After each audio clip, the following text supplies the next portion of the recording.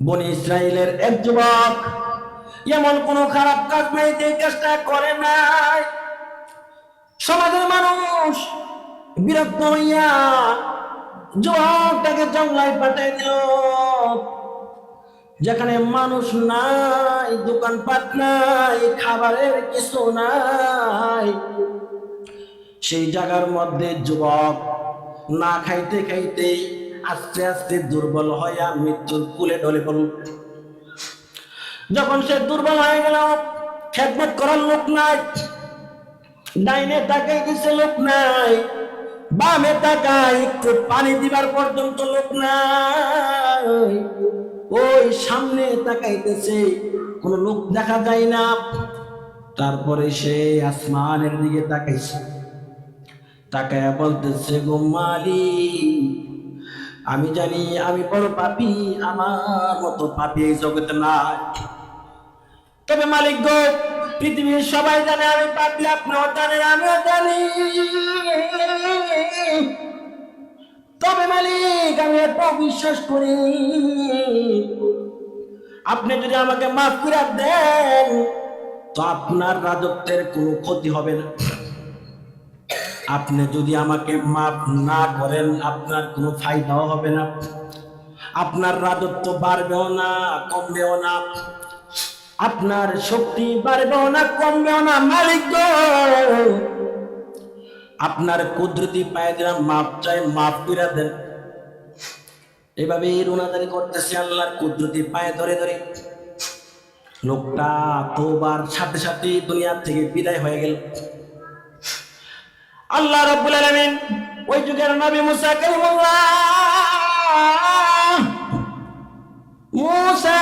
কালিমুল্লাহকে আরসালাহু বিল হাক্কি বাশীরাও ওয়া নাযীরা ওয়া দাঈয়ান ইলাল্লাহি বিইذনিহি ওয়া সিরাজাম মুনীরা।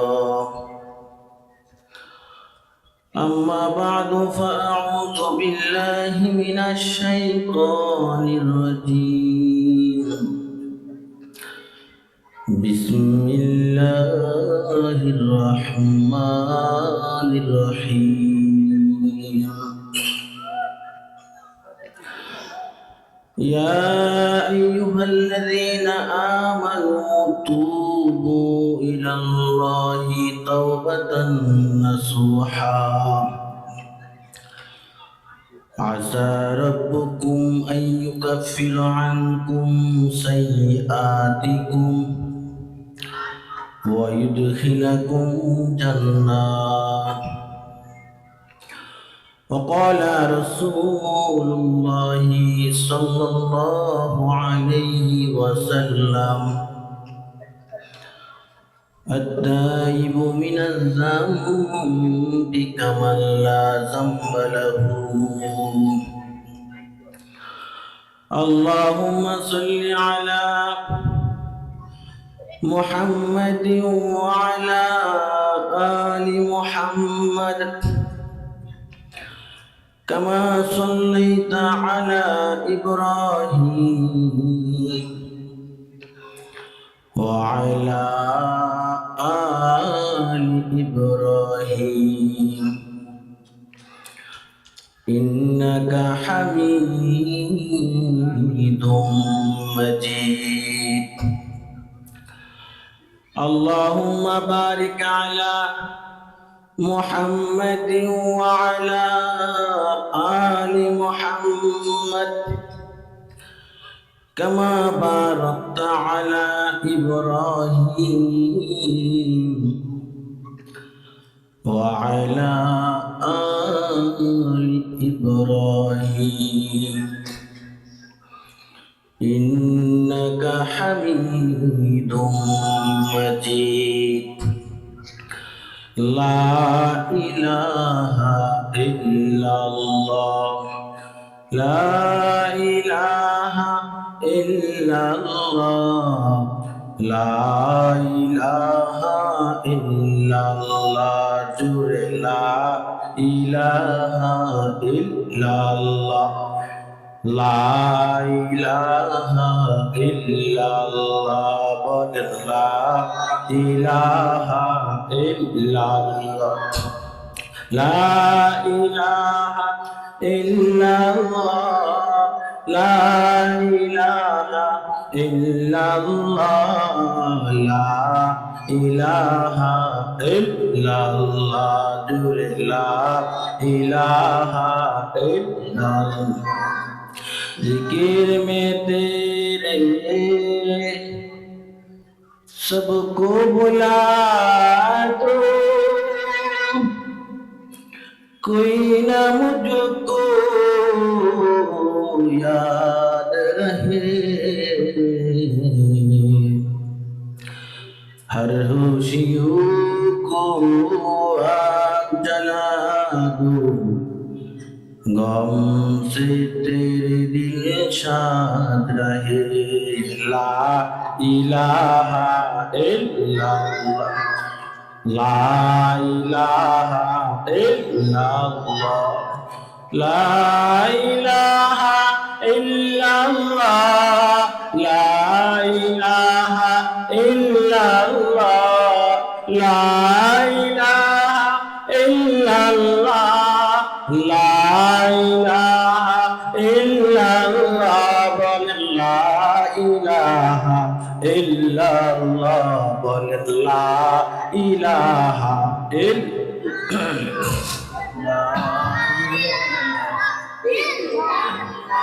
লা ইলাহা ইল্লাল্লাহ মুহাম্মাদুর রাসূলুল্লাহ সাল্লাল্লাহু আলাইহি ওয়াসাল্লাম। আলহামদুলিল্লাহ, দুপাকান্দা যুব সংঘের উদ্যোগে আয়োজিত ঐতিহাসিক মাহফিলের মহতারাম সভাপতি সাহেব দামাত বরকাতুহুল আলিয়া, উপস্থিত উলামায়ে কেরাম, সামনে উপবিষ্টমান মুরব্বী বাবারা, যুবক ভাইয়েরা, পর্দার অন্তরালের মা ও বোনেরা, আমরা সর্বপ্রথম ওই মহান রব্বুল আলামিনের শুকরিয়া আদায় করি যে মহান রব্বুল আলামিন আমাদেরকে এই ফিতনা ফাসাদের জমানাতে কোরআনের মজলিস, মুবারক মজলিসে এসে দ্বীনি কিছু কথাবার্তা বলা এবং শ্রবণের তৌফিক দান করেছেন। এজন্য সকলে বলে আলহামদুলিল্লাহ। আমার বন্ধুগণ, এত সুন্দর এক পরিবেশ,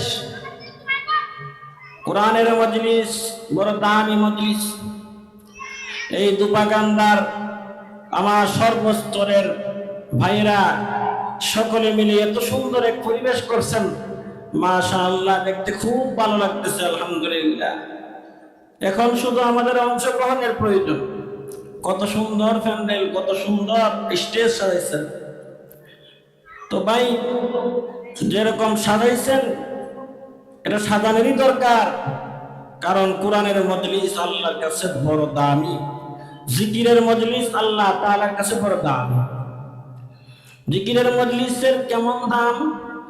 রাসূল বলেন, হাফাতুহুমুল মালায়েকা ওয়া গাশিয়াতুহুমুর রাহমা ওয়া নাযালাত আলাইহিমুস সাকিনা।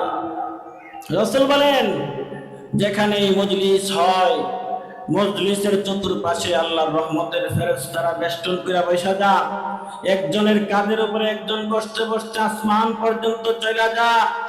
আল্লাহ বলেন, ও ফেরেশতারা, কই থেকে আসলা? কোথায় থেকে তোমরা আসলা? ফেরেশতারা বলে, ওগো আল্লাহ, দুপাকান্দার এই জমিনে তোমার গুণগান হইতেছে, জিকিরের মজলিস, কোরআনের মজলিস হইতেছে। ও মালিক, ওখানে কিছু লোক আপনার গুণাগুণ করে, আমরা সেটা শোনার জন্য, সেখানে অংশগ্রহণের জন্য আমরা সেখানে গেছি। আল্লাহ বলেন, বান্দা, আল্লাহ বলেন ফেরেশতারা, ওই সমস্ত বান্দারা কি চায়?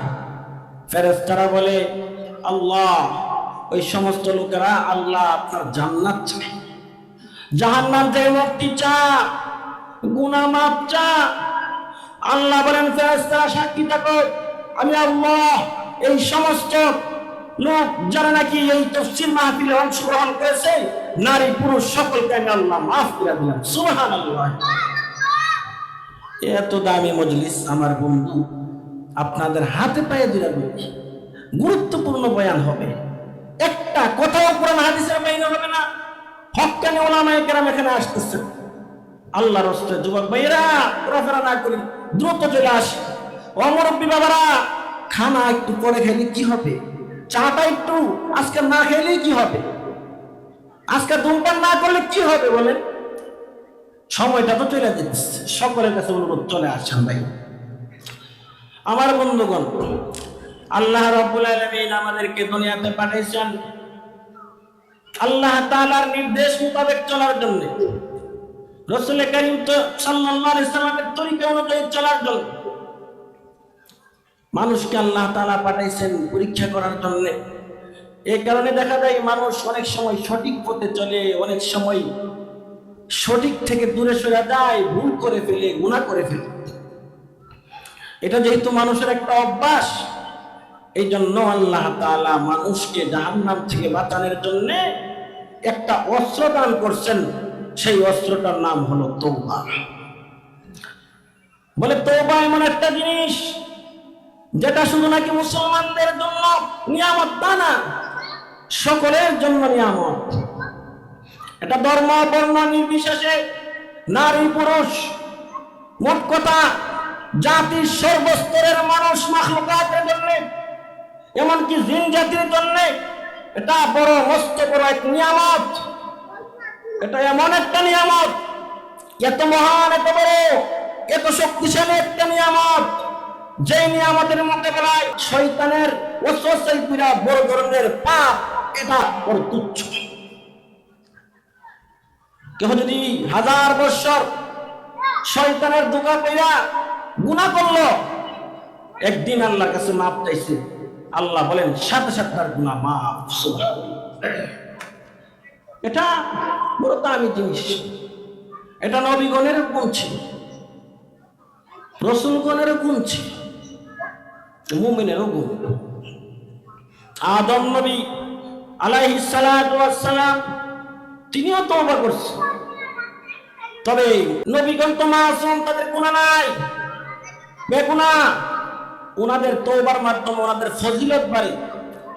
আর আমরা হইলাম গুনাহ করার কারণে আমরা তওবা করি, আমাদের গুনাহ মাফ হয়ে যায়। সুবহানাল্লাহ। আমার বন্ধুরা, আদম আলাইহিস সালাম তওবা করছে, যেই বাক্যগুলো উনি ব্যবহার করছে মহান আল্লাহর কাছে এত প্রিয় হয়েছে যে আল্লাহ তাআলা কোরআনে হাকিমে উল্লেখ করে দিয়েছে। সুবহানাল্লাহ। আদম আলাইহিস সালাম কি বলেন? রব্বানা যালামনা আনফুসানা ওয়া ইল্লাম তাগফির লানা ওয়া তারহামনা লানাকুনান্না মিনাল খাসিরিন। আদম আলাইহিস সালামের তওবার বাক্যগুলো আল্লাহর কাছে বড় পছন্দ হয়ে গেছে। এই কারণে কোরআনে হাকিমে আল্লাহ তাআলা উল্লেখ করে দিয়েছেন, মুসা কালিমুল্লাহ তিনিও তওবা করছেন। ওই তওবার বাক্যগুলো আল্লাহর কাছে বড় পছন্দ। মুসা কালিমুল্লাহ বলেছেন, রব্বি ইন্নী যালামতু ফাগফিরলি ফাগফারা লাহু ইন্নাহু হুয়াল গফুরুর রহিম। আল্লাহ তাআলা কোরআনে উল্লেখ করেছে, প্রত্যেক নবী এরকম তওবা করছে। এমনকি বিশ্ব নবী রাহমাতুল লিল আলামিন,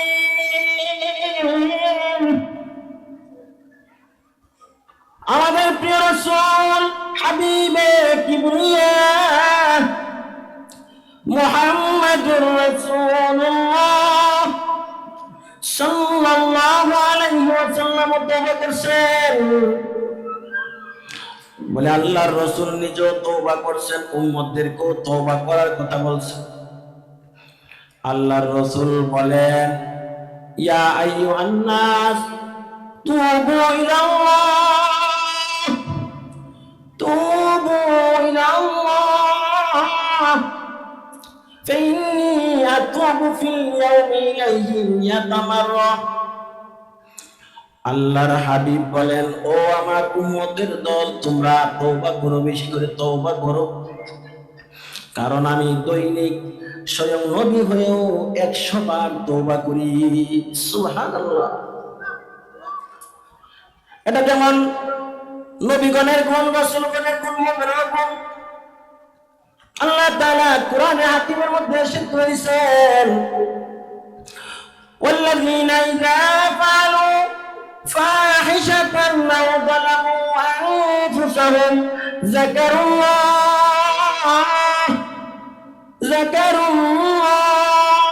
ফাস্তাগফিরু লিযুনুবিহিম ওয়া মান ইয়াগফিরুয যুনুবা ইল্লাল্লাহ। আল্লাহ পাক রব্বুল আলামিন বলেন, মুমিনের গুণ, তওবা করাটা মুমিনের গুণ। আল্লাহ বলেন, মুমিনরা যখন কোনো ফাহিশা কাজে লিপ্ত হয় দেখে সাথে সাথে মহান আল্লাহকে স্মরণ করে আর মাপ চান, লাগবে ভুল করেছি মাফ করে দেন, তখন আল্লাহ রব্বুল আলামিন দয়া মায়া করে বলে, বান্দারে অবশ্যই মাফ করব, কারণ আমি আল্লাহ ছাড়া তোকে মাফ করার কেহ না। আল্লাহর দয়া এত বেশি, রব্বুল আলামিন মুমিন বান্দা বান্দীদেরকে রাতের বেলা গুনাহ মাফের জন্য ডাকে, সকালেও ডাকে। আল্লাহ রব্বুল আলামিন রাত্রের শেষ ভাগ যখন হয়ে যায় তখনও বান্দা বান্দীদেরকে ডাইকা ডাইকা বলে, আলা মিন মুস্তাগফিরিন ফাআগফির লাহু, আলা মিন মুস্তারজিকিন ফারজুকহু, আলা মিন মুবতালান ফাওয়াফিহু।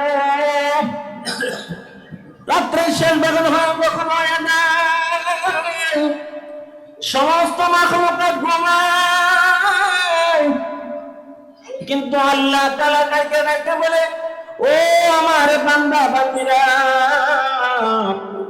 কে আছো? বড় গুনাহ করে ফেলেছো? কে আছো 60 বছর গুনাহ করেছো, 70 বছর গুনাহ করেছো? ও আমার বান্দা বান্দীরা, আয় আয় আয় আমার কাছে ক্ষমা চা, আমি আল্লাহ তোর জিন্দেগীর গুনাহ মাফ করে দিব। আবার ডাকে বলে, কে আছো? রিজিকের অভাবে আছো বান্দা, আয় আয় আয় আমার কাছে আয়, আমি আল্লাহ তোর রিজিকের অভাব দূর করে দিব। বান্দা, কি বিপদে পড়েছিস বান্দা, আয় আমি আল্লাহ তোর বিপদ থেকে উদ্ধার করব। রাত্রের বেলা যেমন আল্লাহ তাআলা ডাকে, সকালেও মহান আল্লাহ ডাকে। আল্লাহর রাসূল বলেন, ইন্নাল্লাহা ইয়াবসুতু ইয়াদাহু, ইন্নাল্লাহা ইয়াবসুতু ইয়াদাহু বিল-লাইলি লিয়াতুবা মুসিউন নাহার ওয়া ইয়াবসুতু ইয়াদাহু বিন-নাহারি লিয়াতুবা মুসিউল লাইল। আল্লাহর রাসূল বলেন, সকালবেলা মহান আল্লাহর কুদরতি হাত বাড়ায়া ডাকে, বান্দা কে আছো? আয় আয় আয়, রাত্রেবেলা গুনাহ করছো বান্দা, আয় আয় আমার কাছে মাপ চা, আমি আল্লাহ তোর রাতের গুনাহ মাফ করে দিব। আল্লাহ তাআলা রাত্রের বেলাও হাত এরকম প্রসারিত করে ডাকে, বান্দারে ও আমার বান্দি, কে কি গুনাহ করছস দিনের বেলা, আয় বান্দা আয় বান্দি, আমার কাছে মাপ চা, আমি আল্লাহ ক্ষমা করে দিব। সুবহানাল্লাহ, বড় দামি জিনিস তো। মহান আল্লাহর দয়া অনেক অনেক বেশি, মহান আল্লাহর দয়া। এই কারণে তো যত বড় পাপী হোক না কেন আল্লাহ তাআলা ছাড় দেন, মাফ করে দেন তওবা করলে। যেমন ধরেন হযরত ওয়াহশী রাদিয়াল্লাহু তাআলা আনহু, কাতিল হামজা, হুজুর আকরাম সাল্লাল্লাহু আলাইহি সাল্লামের প্রিয় পলাও চাচা যান ওনাকে শহীদ করে ফেলেছিলেন। কেমন মর্মান্তিক ভাবে শহীদ করেছেন এটা আপনারা জানেন। হুজুর আকরাম সাল্লাল্লাহু আলাইহি সাল্লাম কি পরিমাণ ব্যথা পেয়েছেন সেটাও আপনারা জানেন। এটা বলা আর অপেক্ষা রাখে না। তারপরেও মহান আল্লাহ তার কপালে হেদায়েত রেখেছে। হযরত ওয়াহশী রাদিয়াল্লাহু তাআলা আনহু যখন ইসলাম গ্রহণ করবেন এর কিছু পূর্বে আল্লাহর নবীর কাছে চিঠি পাঠাইছে। চিঠির মধ্যে কিছু লেখছেন। কি লেখছেন? মান কাতালা আও আশরাকা আও জানা ইয়ালকা আসামা ইদাফু লাহুল আযাবু ইয়াউমাল কিয়ামা। আল্লাহর রাসূলের কাছে ওয়াহশী রাদিয়াল্লাহু তাআলা আনহু চিঠি লিখছেন। চিঠির মধ্যে লেখা, ও আল্লাহর রাসূল, হে মুহাম্মদ সাল্লাল্লাহু আলাইহি ওয়াসাল্লাম, আপনি বলেছেন যে ব্যক্তি নাকি জিনা করবে, যে ব্যক্তি নাকি হত্যা করবে, যে ব্যক্তি শিরিক করবে তাকে মহান আল্লাহ হাশরের ময়দানে দ্বিগুণ শাস্তি দিবে। আমি তো এই সবগুলো গুনাহ করে ফেলেছি, তাহলে আমার কি কোনো তওবার সুযোগ আছে? আল্লাহর হাবিব চিন্তায় পড়ে গেছে। আল্লাহ রাব্বুল আলামিন আয়াত নাযিল করে দিয়েছেন। কি আয়াত? আয়াত নাযিল হয়ে গেছে, ইল্লা মান তাবা ওয়া আমানা ওয়া আমিলা আমালান সলিহা। আল্লাহ বলেন এই সমস্ত গুনাহ যারা করবে তাদের হাশরের ময়দানে দ্বিগুণ শাস্তি দেওয়া হবে ঠিক, কিন্তু যারা তওবা করবে, নেক আমল করবে, ঈমান আনবে তাদেরকে শাস্তি দেওয়া হবে না। এই আয়াত শুননা ওয়াহশী রাদিয়াল্লাহু তাআলা আনহু বলেন, এতগুলো শর্ত মানা আমার পক্ষে সম্ভব না। তখন মহান আল্লাহ আয়াত নাযিল করে দিয়েছে, ইন্নাল্লাহা লা ইয়াগফিরু আন ইউশরাকা বিহি ওয়া ইয়াগফিরু মা দুনা যালিকা লিমান ইয়াশা। আল্লাহ বলেন শিরক গুনাহ ব্যতীত যত গুনাহ আছে সব গুনাহ আল্লাহ যাকে ইচ্ছা তাকে মাফ করে দিবেন। এই আয়াত শুনে ওয়াহশী রাদিয়াল্লাহু তাআলা আনহু বলেন, ও আল্লাহর নবী, আমাকে যে আল্লাহ তাআলা মাফ করছেন এটার গ্যারান্টিটা কি? এটার তো কোনো গ্যারান্টি নাই, কেমনে মুসলমান হব বলেন? তখন আল্লাহ তাআলা আয়াত নাযিল করে দিয়েছেন, কুল ইয়া ইবাদিয়াল্লাযীনা আসরাফু আলা আনফুসিহিম লা তাকনাতু মিন রাহমাতিল্লাহ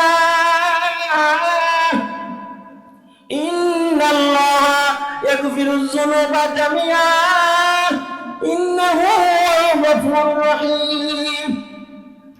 আল্লাহ তাআলা আয়াত নাযিল করে দিয়েছেন, বন্ধুকে বলেছেন, বন্ধু রে আমার বান্দাদেরকে বলেন যে আমি তাদেরকে বলেছি, হে আমার বান্দা বান্দীরা, আমার রহমত থেকে নৈরাশ হবি না, কারণ আমি আল্লাহ তোদের জীবনের গুনাহ মাফ করে দিব। আমি আল্লাহ বড় দয়ালু রে বান্দা, আমার কাছে ক্ষমা চাইলে আমি আল্লাহ ক্ষমা করে দিব। সুবহানাল্লাহ। আল্লাহ এত দয়ালু, এত বড় অপরাধের পরেও মহান আল্লাহ মাফ করে দিয়েছেন, এমনকি ওনার জন্য 3 বার ওহী নাযিল করছে। তাহলে কেমন দয়ালু মহান আল্লাহ! আল্লাহু আকবার। যত বড় অপরাধ করুক না কেন আল্লাহ মাফ করে দেয়। দাহিয়াতুল কালবি রাদিয়াল্লাহু তাআলা আনহু ওকে আসছে কিতাবে যে আল্লাহর রাসূল দোয়া করছেন, আল্লাহ আবু লাহাব অথবা দাহিয়াতুল কালবি দুইজনের একজনকে মুসলমান বানাইয়া ইসলামের শক্তিকে বলন্দ করেন, ইসলামকে শক্তিশালী করেন। আল্লাহ তাআলা দাহিয়াতুল কালবি রাদিয়াল্লাহু তাআলা আনহুর সামনে দোয়া করছেন। যেদিন বলছেন দোয়া করছেন, পরের দিন এসে হাজির দাহিয়াতুল কালবি। আল্লাহর রাসূলের কাছে আয়েশা বলে, ইয়া রাসূলুল্লাহ, আমাকে দয়া করে মুসলমান বানান। সুবহানাল্লাহ। তো মুসলমান হয়েছে ঠিক, কিন্তু কান্না আরম্ভ করছে। এমন কান্না, মজলিসের সবাই ওনার কান্না দেখে কাঁদছে। আল্লাহর রাসূল বলেন, দাহিয়াতুল কালবি, ও দাহিয়াতুল কালবি, তোমাকে তো আমি জোরপূর্বক করে মুসলমান বানাই নাই, তো কেন এমন কান্না করতেছো বলো? দাহিয়াতুল কালবির কান্না আরো বেড়ে গেছে।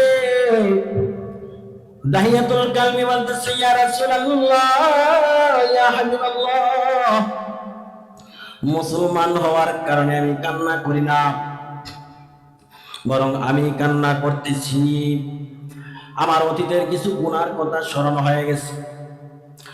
ইয়া রাসূলুল্লাহ, আমি জীবনে অনেক কন্যা সন্তানকে জীবিত দাফন করেছি, সর্বশেষ যে কন্যা সন্তানকে দাফন করলাম ওই সন্তানের কথা মনে হয়ে গেছে। রাসূল গো,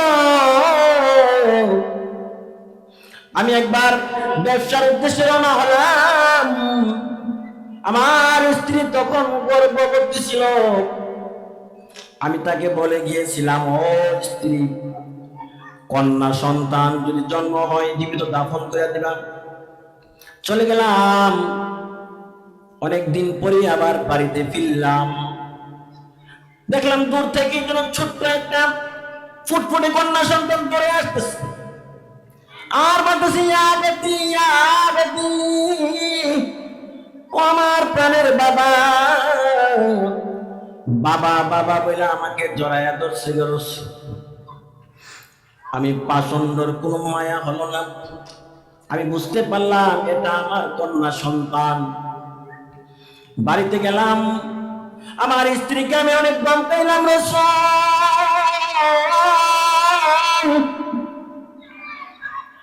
আমি বললাম, ও স্ত্রী, একটা ঘন্টা দাও, একটা রশি দাও, প্রার্থনা শেষ করে বাড়িতে ফিরব না। রাসূল গো, তখন আমার স্ত্রী কান্না আরম্ভ করে দিল, আমাকে অনেক বুঝাইলো, অনেক কান্না করলো, অনেক অনুনয় বিনয় করলো, কিন্তু আমার দিলে একটু মায়া হলো না। আমি সন্তানকে নিয়ে রওনা করলাম জঙ্গলা দিয়ে। মাঝপথে আমার সন্তান বলে, ইয়া বাতি আইনা তাযহাবি, ও আমার প্রাণের বাবা, আমাকে কোথায় নিয়ে যাইতেছেন? ছোট্ট বাচ্চারা কিন্তু বাবাকে এরকম জিজ্ঞাসা করে, বলে নানির বাড়িতে নিতেছেন না খালার বাড়িতে? দাহিয়াতুল কালবি বলেন, ইয়া রাসূলুল্লাহ, আমার এই পাষণ্ডের হৃদয়ে একটু মায়া হলো না। জঙ্গলার দিকে রওনা হয়ে গেলাম, জঙ্গলায় গিয়ে খন্তা দিয়ে মাটি খনন করতে লাগলাম। ওই দিক দিয়ে আমার ছোট্ট মেয়েটা আমাকে দেখতেছে। আমার যখন ধুলাবালি শরীরে লাগলো, আমার ছোট্ট মেয়েটা তার ছোট ছোট হাত দিয়ে তার ছোট্ট জামার ছোট আঁচল দিয়া আমার শরীরের ময়লা গুলো পরিষ্কার করে দিয়েছে। তারপরও রাসূল আমার মায়া হলো না। আমাকে আমার সন্তান, কন্যা সন্তান জিজ্ঞাসা করল, বাবা গো, ও প্রাণের বাবা, এত কষ্ট করে কেন গর্ত খনন করতেছেন? রাসূল আমার দিলে একটু মায়া হলো না। শেষ পর্যন্ত আমি আমার কন্যা সন্তানকে নিজের হাতে গর্তের মধ্যে ফেলে তার বুকের উপরে আমার পা দিয়া মাটি চাপা দিয়ে চলে আসলাম। রাসূল,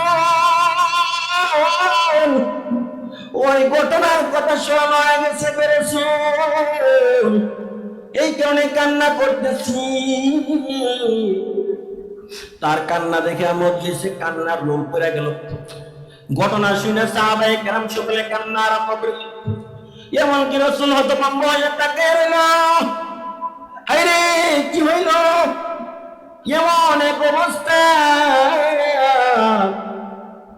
এই অবস্থার মধ্যে মহান আল্লাহ জিবরাইল আমিনকে প্রেরণ করেছে। জিবরাইল আমিন এসে বলতেছে, ইয়া রাসূলুল্লাহ, ইয়া হাবিবাল্লাহ, ও আল্লাহর রাসূল, মহান আল্লাহ আমাকে পাঠিয়েছেন। আপনার এই দাহিয়াতুল কালবি যে সমস্ত গুনাহ করেছে সবগুলি মারাত্মক গুনাহ, তবে আজকে যে অনুতপ্ত হয়েছে, তওবা করতেছে, কান্না করতেছে, এই কান্না দেখা জমিনে যেমন কান্নার রোল পড়ে গেছে, ওই মহান আল্লাহ রহমতের দরিয়ার মধ্যে দুশ্মন আসছে। এই কারণে আল্লাহ ঘোষণা করে দিয়েছেন যে দাহিয়াতুল কালবির সমস্ত গুনাহ মহান আল্লাহ ক্ষমা করে দিয়েছে। সুবহানাল্লাহ। আমার ভাইয়েরা, যে কথাটা বলতেছিলাম যে আল্লাহ তাআলার কত দয়া, এই যদি কেউ তওবা করতে পারে আল্লাহ তাআলা তাকে দুনিয়াতেও সফলতা দান করে, আখিরাতেও সফলতা দান করে। দুনিয়ার রিজিকের অভাব দূর করে দিবে, যত সংকট আছে আল্লাহ দূর করে দিবে, যত সমস্যা আছে আল্লাহ দূর করে দিবে। আল্লাহর রাসূল বলেন, মান লাজিমাল ইস্তিগফার জাআলাল্লাহু লাহু মিন কুল্লি দিকিন মাখরাজা ওয়া মিন কুল্লি হাম্মিন ফারাজা ওয়া ইয়ারযুকুহু মিন হাইসু লা ইয়াহতাসিব। আল্লাহ রাসূল সাল্লাল্লাহু আলাইহি ওয়াসাল্লামের শতমান যে ব্যক্তি নাকি তওবাকে লাজিম করবে, ইস্তিগফারকে লাজিম করবে, নিয়মিত তওবা ইস্তিগফারে জড়ায়া থাকবে, আল্লাহ তাআলা তার জীবনের যত সংকট আছে দূর করে দিবে, যত পেরেশানি আছে আল্লাহ দূর করে দিবে। এমনকি মহান আল্লাহ এমন জায়গা থেকে রিজিকের ব্যবস্থা করে দিবে যে জায়গার রিজিকের কল্পনাও তার মধ্যে ছিল না। এই কারণে হযরত হাসান রাহমাতুল্লাহি আলাইহি উনাকে একবার এক ব্যক্তি এসে বলতেছে, হুজুর আমার রিজিকের অভাব, একটু দোয়া করেন না। কি করব? বলে তুমি তওবা করো, ইস্তিগফার করো। মজলিসের মধ্যে আবার তারপরে আরেকজন লোক এসে বলছে, এই হুজুর আমার বিবি অবাধ্য, কি করব? বলে তওবা করো। এরপরে আবার আরেকজন আসছে, বলে হুজুর আমার সন্তান নাই, কি করব? বলে তুমি তওবা করো, ইস্তিগফার করো। আরেকজন এসে বলে হুজুর আমার চাকরি নাই, কি করব? বলে তুমি তওবা করো। সুবহানাল্লাহ।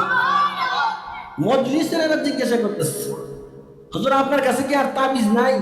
একটা তাবিজ হই, কত রকমের সমস্যা হইতেছে, ওষুধ দিতেছে সব একটা, ব্যাপারটা কি? তখন হাসান বসরি বলে, এটা তো আমার তাবিজ নাই, এটা আল্লাহর তাবিজ। সুবহানাল্লাহ। আল্লাহ বলেন, ইস্তাগফিরু ইন্নাহু কানা গাফফারা ইরসিলিস সামাআ আলাইহিম মিদরারা ওয়া ইউমদিদকুম বিআমওয়ালিন ওয়া বানিনা ওয়া ইয়াজআল লাকুম জান্নাতিন ওয়া ইয়াজআল লাকুম আনহারা। যারা নাকি তওবাকে ইস্তিগফার নিয়মিত করবে তাদেরকে মহান আল্লাহ আসমান থেকে বৃষ্টি দিবে, মানে মহান আল্লাহ রিজিক দান করবে, তাদের মালের মধ্যে বরকত দিবেন, তাদের সন্তানের মধ্যে বরকত দিবেন, দুনিয়া যত কষ্ট আছে দূর করে দিবেন। এমন একটা নিয়ামত, এমন একটা অস্ত্রের নাম হলো তওবা। তো বড় দামি জিনিস। এমনকি কারো মনের আশা যদি পূর্ণ হইতে চান, বলে আশা তওবা যদি করেন বেশি করে, তাহলে তার আশা পূর্ণ করে দিবেন। সুবহানাল্লাহ। একবার ইমাম আহমদ ইবনে হাম্বল রাহমাতুল্লাহি আলাইহি এক সফরে গেছেন। তো আগের যুগে তো এরকম মিডিয়া ছিল না, কি বলেন? ছিল না, এরকম সরু উড়ানের কোনো ব্যবস্থা ছিল না। তো পুরা দেশের সর্বশ্রেষ্ঠ আলেম ইমাম আহমদ ইবনে হাম্বল সকলে এক নামে চিনে, কিন্তু চেহারা চিনে না। নামটা চিনি। সফরে গেলেন, উনি এক মসজিদে অবস্থান করলেন। মসজিদে অবস্থান করে চাইছিলেন যে রাত্রেবেলা সেখানে অবস্থান করবে, তবে মসজিদের খাদেম সাহেব তো আর চিনে না। উনি সন্দেহ করে অনেকে সরাই দিচ্ছে।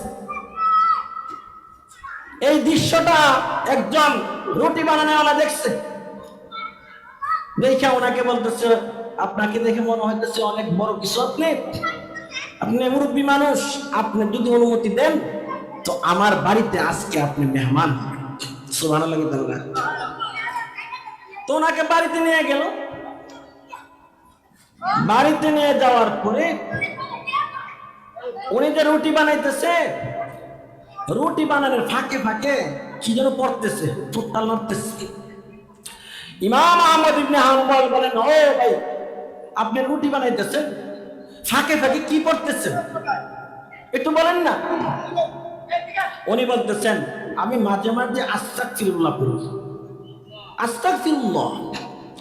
আচ্ছা বলো তো, আস্তাগফিরুল্লাহ যে করছো, তোমার কি পরিমাণ লাভ হয়েছে, বাস্তবে কি পাইছো তুমি? তিনি বলতেছেন, হুজুর, আমার জীবনের সব আশা পূর্ণ হয়েছে। আস্তাগফিরুল্লাহ করেছি, আমার জীবনের সব আশা আস্তাগফিরুল্লাহর মাধ্যমে পূরণ হয়েছে। জীবনে আমি তওবাকে নিজের সাথে এমন ভাবে অ্যাডজাস্ট করছি, মানে আমার কাজও চলে, তওবাও চলে, আমার কাজও চলে, ইস্তেগফারও চলে। এই কারণে মহান রব্বুল আলামিন আমার প্রত্যেকটা কাজে কাজে বরকত দান করেন। আমার জীবনের সমস্ত কাজ আল্লাহ সহজ করে সমাধান করে দিচ্ছে। তবে এখনো একটা আশা আমার বাকি রয়ে গেছে, হয়তো এই আশাটা আল্লাহ তাআলা মৃত্যুর আগে পূর্ণ করবে। আহমদ ইবনে হাম্বল বলে, ও ভাই, বলেন না কোন আশাটা একটু বলেন। ওই রুটি বানানেওয়ালা বলতেছে, হো ভাই, ভাইরে, জীবনে অনেক কষ্ট করে চলতেছে, মনে মনে একটা আশা, যে এই বিশ্বের মধ্যে, এই দেশের মধ্যে বর্তমান যে সবচেয়ে বড় আলেম ইমাম আহমদ ইবনে হাম্বল রহমতুল্লাহি আলাইহিকে একবেলা খানা খাওয়াইবার জন্য, এত বড় আলেম আমার এই গরিব বাড়িতে আসবে কি জানি না, তবে আমি জীবনে চেষ্টা চালিয়ে যাব। আহমদ ইবনে হাম্বল বলে, ও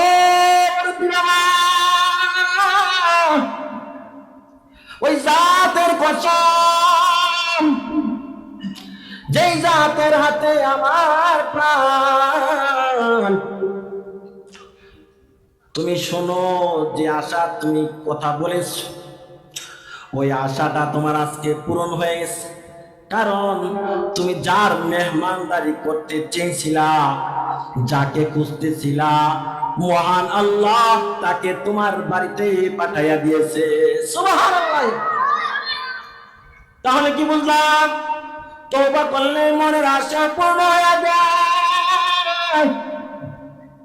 ও বন্ধু, তবে তওবার মধ্যে তওবাটা যদি হয়, তওবা করলাম না, হবে না। আমাদের অবস্থা তুই এমন, মরণের 1 মিনিট আগে দৌড়া গিয়া মই ইমাম সাহেবকে নিয়ে আসি, হুজুর মরে যেতেছে, তাড়াতাড়ি তওবাটা করে দেন। এর নাম বুঝি তওবা? হ্যাঁ, এই তওবার কথা আল্লাহ বলে না, এই তওবার কথা রাসূল বলে না। তবে কোরআন আমার কোনো অসুবিধা নাই, কিন্তু কোরআন হাদিস মোতাবেক তওবাটা একটু করেন। ও বন্ধু, যদি কোরআন হাদিস মোতাবেক তওবা করতে চান, আলী বলেন 6টা জিনিস একত্রিত পাওয়া গেলে তার নাম তওবা হবে। এর মধ্যে একটি বিষয় হলো অতীতের গুনার উপরে অনুতপ্ত। হায়রে কি করলাম, অতীতের গুনার উপরে অনুতপ্ত হওয়া, আল্লাহর কাছে একটু কান্না করা। কারণ অনুতপ্তের বহির প্রকাশ হলো চোখের পানি। এই কারণে চোখের পানির দাম কেমন দাম? রাসূল বলেন, ক্বালান নবী সাল্লাল্লাহু আলাইহি ওয়াসাল্লাম, মা মিন আবদিন মুমিনিন ইয়াখরুজু মিন আইনাইহি দুমুন ওয়া ইন কানা মিসলু রাসিজ যুবাব মিন খাশিয়াতিল্লাহ মিন খাশিয়াতিল্লাহ يصيب بها شيئا من حر وجهه حرم الله على النار। আল্লাহর রাসূল বলেন, চোখের পানির এত দাম রে বাবা। ও দুপাকান্দার মা বোনেরা, আমার বাবা, যুবক ভাইরা, রাসূল বলেন চোখের পানির এত দাম। কোন মুমিন যদি আল্লাহর ভয়ে মাছির মাথা পরিমাণও একটু পানি চোখ দিয়ে ছেড়ে দিতে পারে, মহান আল্লাহর এত দয়া বাদান, মহান আল্লাহর এত দয়া, এই মাছি মশার মাথা পরিমাণের পানির বদলতে মহান আল্লাহ ওই ব্যক্তির জিন্দেগীর গুনাহ মাফ করে দেয়। সুবহানাল্লাহ, এত দামি চোখের পানি বন্ধু। এই কারণে আল্লাহ রাব্বুল আলামিন কোরআনে হাকিমে ইরশাদ ফরমান, ফালিয়াদহাকু কালিলান ওয়ালিয়াবকু কাসীরা। ও তোমার বান্দারা, দান বেশি বেশি করে কাঁদো, কম কম হাসো, কারণ দুনিয়াটা হলো কাদার জায়গা, হাসার জায়গা না।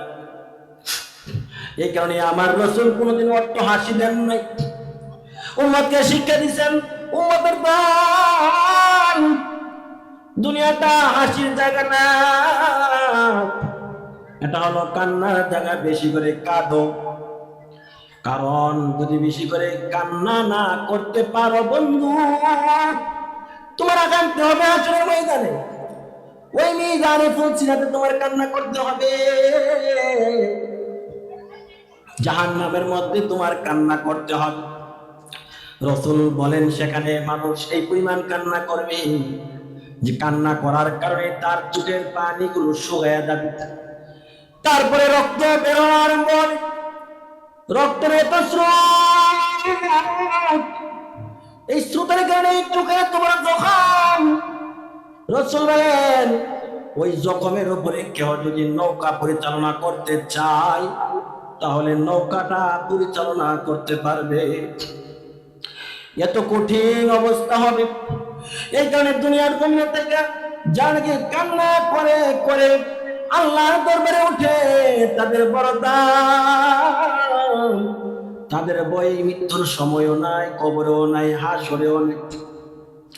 এ কারণে তওবা করা, এ কারণে তো আমাদের বুজুর্গানে দিন আল্লাহর দরবারে রোনাজারি করতে আর বলতেন নিজেকে আসামি বানাইয়া, আল্লাহ গো গুনাহগার বান্দা আপনার দরবারে হাজির হয়ে গেছে, ও মালিক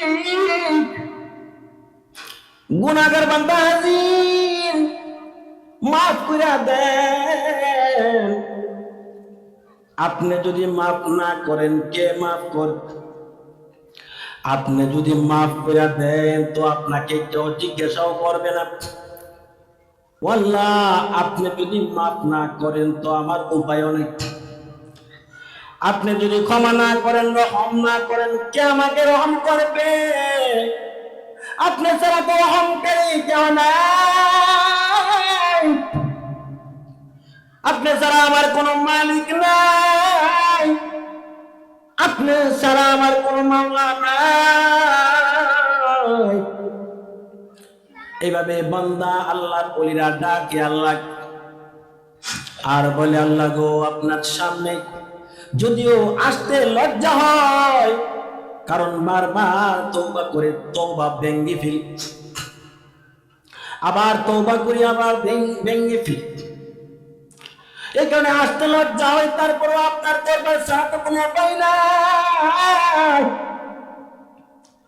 আপনার দরবার ছাড়া আমার কোনো উপায় নাই।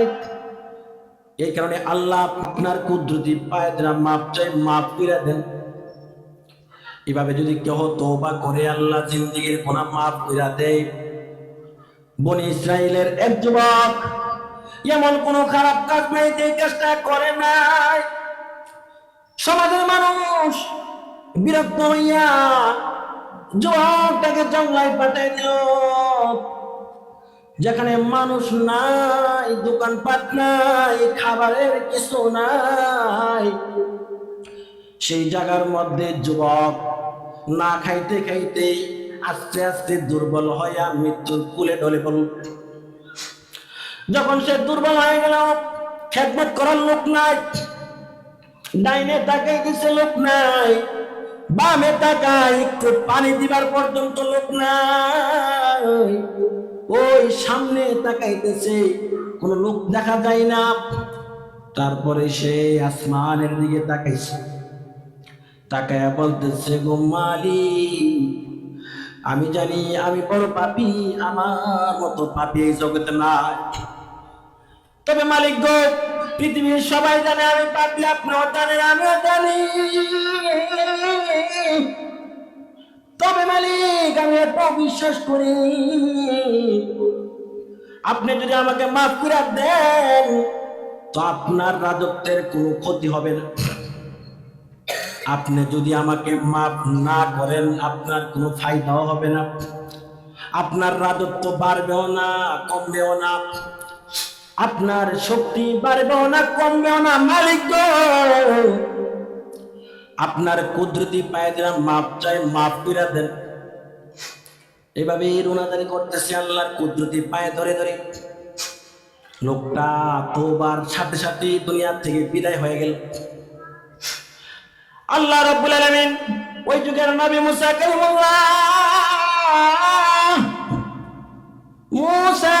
কালিমুল্লাহকে সহির মাধ্যমে জানাইলেন, ও কালিমুল্লাহ, আমার এক বন্ধু জঙ্গলার মধ্যে মারা গেছে। সুবহানাল্লাহ।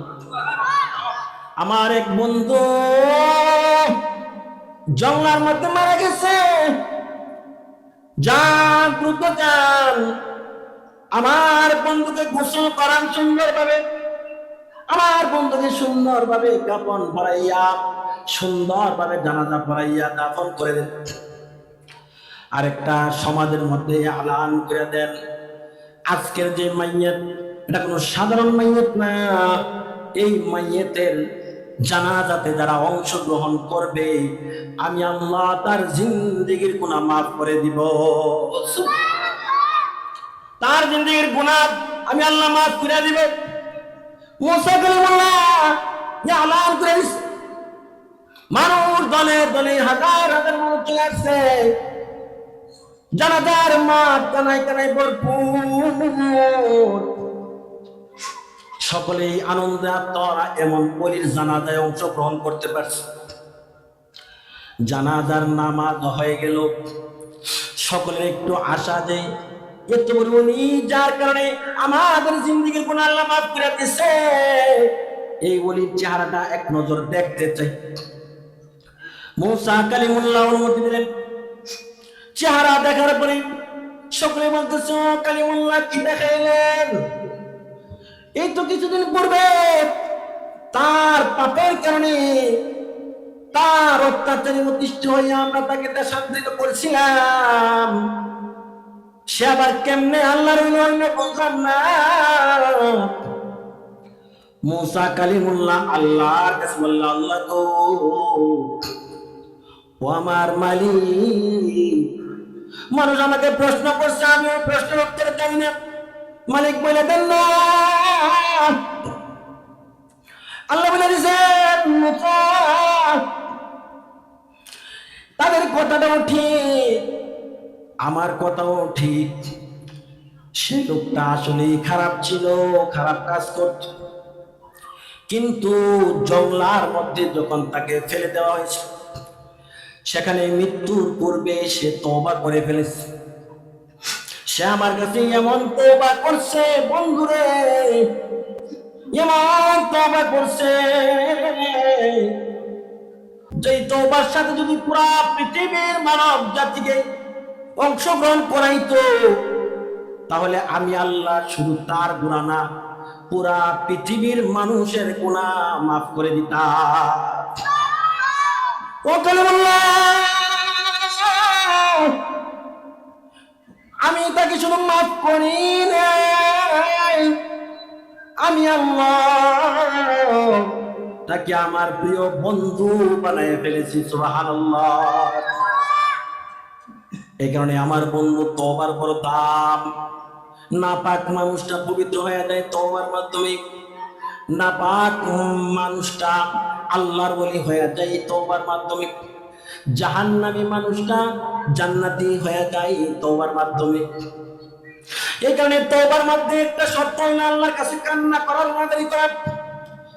হযরত আলী বলেন আরেকটা শর্ত হলো তাৎক্ষণিকভাবে ওই যে গুনার কাজটা করতেছিল তা ছেড়ে দেওয়া, তাৎক্ষণিকভাবে ছেড়ে দিবে, ভবিষ্যতে আর করবে না এই পণ প্রতিজ্ঞা করবে। এই হলো তিনটা শর্ত। 4 নম্বর শর্ত হইল কেউ যদি পাওনা থাকে, কারো হক নষ্ট করে থাকে, বান্দার কোটি কোটি টাকা মারছেন, মসজিদে আয়াত তাসবিহ পয়রা পয়রা বলে তওবা করছি, হবে না। এই তওবা আল্লাহর আসমানে যাবে না। কোটি টাকা মারছেন, আগে কোটি টাকা মাফ নেন, কিভাবে নিবেন? দিয়া পারেন না, দিয়া পারেন খুশি মনে মাফ যদি নিতে পারেন মাফ, আর নাই মাফ নাই, দুনিয়ার জমিনেও নাই, আখিরাতেও নাই। ও বন্ধু, বান্দার হক হলে বান্দার হক ফিরিয়ে দিতে হবে অথবা মাফ নিতে হবে। আল্লাহর হক যদি হয় এই হকটাও আদায় করে নিতে হবে। যেমন ধরেন 5 ওয়াক্ত নামাজ 10 বছর আপনি পড়ছেন না, 5 ওয়াক্ত নামাজ আপনি 10 বছর পড়েন নাই, 10 বছর পর থেকে পড়েছেন, তো 10 বছরের আল্লাহর হক আপনার আমল নামে রয়ে গেছে। এই 5 ওয়াক্ত নামাজ কাজা করতে হবে মৃত্যু পর্যন্ত, যতটুকু সম্ভব করতে করতে যদি দুনিয়া থেকে বিদায় হন অসুবিধা নেই। কিন্তু যদি আপনি একেবারে চেষ্টাই করছেন না বন্ধু, উপায় নেই, আল্লাহ মাফ করবো না, তুমি চেষ্টা করবে না, আল্লাহ মাফ করবো না। 5 নম্বর শর্ত, আল্লাহর হক যদি হয়ে থাকে আদায় করতে হবে, আর আল্লাহর কাছে মাফ দিতে হবে।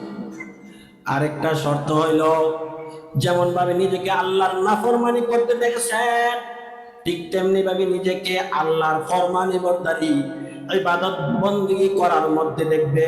এটা আরেকটা শর্ত। এই শর্তগুলো যদি পাওয়া যায়, আল্লাহর রাসূল বলেন তার জীবনে গুনাহ সব আল্লাহ মাফ করে দিবেন। সুবহানাল্লাহ। এই কারণে তো আল্লাহর রাসূল বলেন আত-তাইবু মিনার যামবি কামান লা যামবা লাহু। রাসূল বলেন তওবাকারী হবে যে ব্যক্তি, যেই শর্তগুলো বলা হয়েছে, যার তওবার মধ্যে এই শর্তগুলো পাওয়া যাবে, রাসূল করিম সাল্লাল্লাহু আলাইহি ওয়াসাল্লাম বলেন তার জিন্দেগীর গুনাহ এমন ভাবে মাফ হবে যেন সে গুনাহই করে নাই। সুবহানাল্লাহ। ও আমার যুবক ভাইরা, ও আমার যুবকদের মা বোন, আমার মুরব্বী বাবারা, কার মৃত্যু কখন হয় আমরা কেউ বলতে পারি না। কত যুবক স্ট্রোক করে মারা যায়। এই কিছুদিনের মধ্যে অনেকগুলো সংবাদ পাইছি যুবক স্ট্রোক করে মারা গেছে। আপনাদের এদিকে আছে না নাই?